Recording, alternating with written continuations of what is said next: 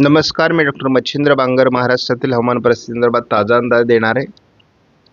फिंगल चक्रीवादळाचा भूभागावर आल्यानंतर वेग कमी झालाय, प्रभाव कमी झालाय आणि त्यामुळे सध्या जे काही वातावरण आहे ते कर्नाटक, तेलंगणा, आंध्र प्रदेश, तामिळनाडू या काही राज्यांमध्ये त्याचा प्रभाव पडलेला आहे. महाराष्ट्रातला त्याचा प्रभाव सध्या कमी आहे. वादळाचा प्रभाव कमी होत असून सध्या तरी महाराष्ट्रामध्ये केवळ धाराशिव, लातूर, बीड पूर्व किंवा यवतमाळ, वर्धा, नांदेड या भागात थोडी ढगाळ परिस्थिती आहे. इतरत्र हलकी ढगाळ परिस्थिती असली तरी पावसाचं वातावरण नाही. सुरुवातीला आपण थंडीचा अंदाज पूर्णपणे बघणार आहोत या मॉडेलनुसार आणि हे JFS मॉडेल आहे. नंतर मात्र आपण पावसाचा अंदाज बघणार आहोत. सध्या महाराष्ट्रातील थंडी कमी झाली आहे. उद्या देखील महाराष्ट्रात थंडी कमी राहणार आहे. थोडं उत्तर महाराष्ट्रात थंडी जाणवेल. 4 तारखेला देखील महाराष्ट्रात थंडीचं प्रमाण कमी राहणार आहे. हलकी गुलाबी थंडी राहील, परंतु थंडीची लाट असणार नाही. 5 तारखेला देखील थंडीचं प्रमाण कमी. 6 तारखेला देखील थंडीचं प्रमाण महाराष्ट्रात कमीच आहे. थंडीच्या प्रमाणात उत्तरेकडून आता थोडी वाढ ही 7 तारखेपासूनच सुरू होईल. 8 तारखेला आपण बघतो पूर्व विदर्भात थोडी थंडी वाढते थंडीच्या लाटेच्या स्वरूपात. तर उत्तर महाराष्ट्र, विदर्भ, उत्तर मराठवाडा या ठिकाणी थंडीचं प्रमाण वाढायला लागेल. उत्तर महाराष्ट्रात थंडीचं प्रमाण 9 तारखेपासून वाढणं अपेक्षित राहील. पुन्हा महाराष्ट्रात कडाक्याची थंडीची लाट उत्तर महाराष्ट्र, मध्य महाराष्ट्र, उत्तर मराठवाडा, विदर्भ अशी 10 तारखेपासून सुरू होणार आहे.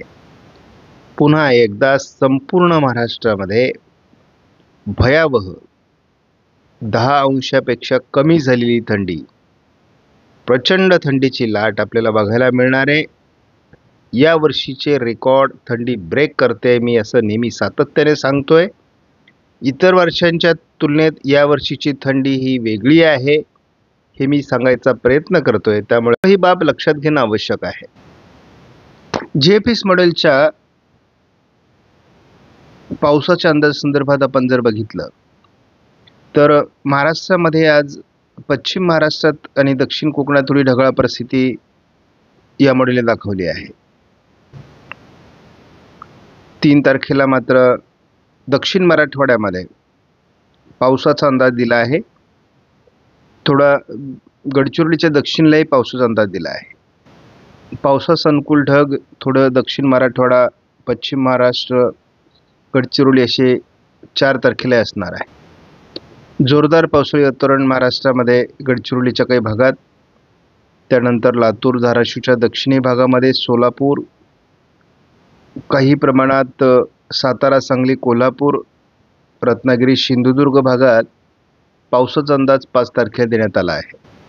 याच भागात 6 तारखेला पावसाळी वातावरणाचा अंदाज देण्यात आला आहे. थोडं हलकं वातावरण याच भागात 7 तारखेला असेल. ECMWF मॉडेलने मात्र आज महाराष्ट्रात पावसाला सुरुवात होईल आणि लातूर, धाराशिव, सोलापूर, सांगली, कोल्हापूर, सिंधुदुर्ग या भागात याचा अंदाज देण्यात आला आहे. 3 तारखेलाही याच भागात पाऊस असेल. शिवाय महाराष्ट्रभर पावसास अनुकूल ढग वाढतील असा अंदाज आहे. 5 तारखेलाही ECMWF मॉडेलने महाराष्ट्रात पावसाचा अंदाज दिला आहे, पण अतिशय विरळ अशा प्रकारची वातावरण निर्मिती होणार आहे. कारण दक्षिण भारतातील आणि विशाखापट्टणमकडील पावसाळी वातावरण कमजोर होत आहे. 5 तारखेला मात्र महाराष्ट्रात काही भागात हलकी गारपीट आणि पावसाचा अंदाज कायम आहे. याचा जिल्हा किंवा तालुका निश्चित सांगणं थोडं कठीण असेल. 6 तारखेला हे वातावरण सोलापूर, सांगली, कोल्हापूर, सातारा, पुणे, रत्नागिरी, सिंधुदुर्ग जिल्ह्यात प्रभावी असण्याची शक्यता कायम आहे.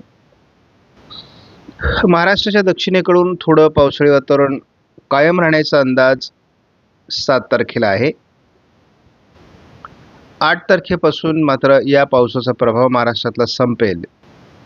दक्षिण भारतावर वादळी प्रभाव अजून कायम असून हा वादळी प्रभाव आज दिवसभरामध्ये दक्षिण भारतातून अरबी समुद्राच्या दिशेने सरकणं अपेक्षित आहे.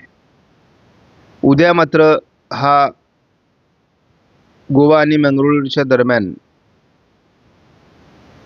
अरबी समुद्रामध्ये सरकून जाईल आणि अरबी समुद्रात सरकल्यानंतर तो विरुद्ध दिशेने प्रवास करणार आहे. पुन्हा एकदा त्याला वादळ म्हणून गती प्राप्त होईल. मात्र त्याचा भारतावरचा प्रभाव त्या दरम्यान कमी होणार आहे. सध्या आपण केवळ महाराष्ट्राचा विचार केला तर महाराष्ट्रामध्ये सध्या लगेचच पावसाळी परिस्थिती नाही, परंतु चंद्रपूर, गडचिरोली किंवा नांदेडच्या काही भागात हलकी मेघगर्जना होऊ शकते असा अंदाज आहे. आपण जेव्हा 8-9 तारखेपर्यंत एकत्रित अंदाज बघतो तेव्हा मात्र आपल्याला गडचिरोली, चंद्रपूर, नांदेड, बीड, अहिल्यानगर, सोलापूर, लातूर, सांगली, कोल्हापूर, रत्नागिरी, सिंधुदुर्ग, सातारा, पुणे पूर्व या भागात पावसाचा अंदाज कायम आहे. थोडंफार प्रमाणात जळगाव दक्षिण, मालेगाव पूर्व किंवा छत्रपती संभाजीनगर, जालना, बुलढाणा, अमरावतीच्या आणि अकोल्याच्या उत्तरेला पावसाचा अंदाज कायम ठेवण्यात आलेला आहे. यवतमाळ, वर्धा, नागपूर, भंडारा, गोंदिया या जिल्ह्यात किंवा अमरावतीतही वाशिममध्ये देखील पावसाचं प्रमाण कमी राहण्याचा अंदाज सध्या मॉडेल देत आहे. पावसास अनुकूल ढग महाराष्ट्रात येणं आज अपेक्षित आहे. त्यामुळे आज थोडं लातूर, धाराशिव, सोलापूर, सांगली, कोल्हापूर भागात पावसास अनुकूल अशी स्थिती आज उशिरा तयार होऊ शकते असा अंदाज आहे. हे वातावरण अहिल्यानगर, बीड, परभणी, नांदेडमध्ये देखील प्रभावी असण्याची शक्यता उद्या सकाळपासून आहे. उद्या दिवसभराचा अंदाज घेतला तर महाराष्ट्रभर हे ढगाळ परिस्थिती वाढण्याचा अंदाज आहे. फार पावसाचा अंदाज नाही, परंतु महाराष्ट्रभर ढगाळ परिस्थिती अगदी नंदुरबारपर्यंत वाढेल. मालेगाव, जळगाव, अकोला, अमरावती, बुलढाणा, छत्रपती संभाजीनगर, जालना, नांदेड, परभणी, वाशिम, हिंगोली भागात पावसास अनुकूल ढग असू शकतात.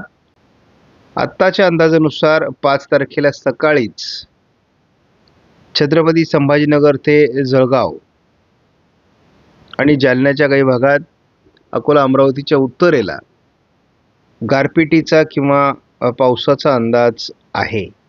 महाराष्ट्रामध्ये सांगली, सोलापूर, सातारा या भागात देखील पावसाची अनुकूल स्थिती 5 तारखेला असणं अपेक्षित आहे. तारखेला अहिल्यानगर, बीड, परभणी, लातूर, धाराशिव, सोलापूर, सांगली, कोल्हापूर, सातारा या भागात पावसाचा अंदाज आहे आणि रत्नागिरी, सिंधुदुर्गमध्ये मेघगर्जनेसह विजांच्या कडकडासह जोरदार पावसाचा अंदाज आहे. 6 तारखेला देखील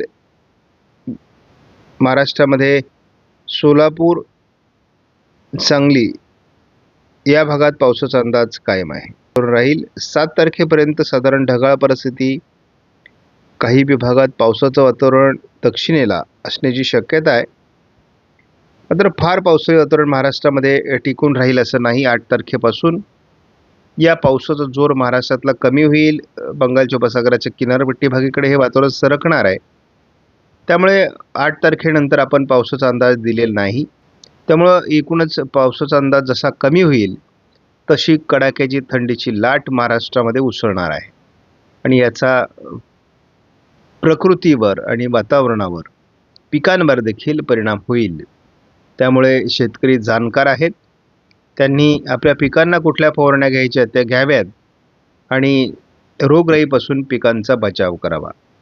आपणास व्हिडिओमधील माहिती महत्त्वपूर्ण वाटल्यास लाईक करा, शेअर करा, चॅनलला सबस्क्राईब करा. धन्यवाद. जय हिंद, जय महाराष्ट्र, जय बळी.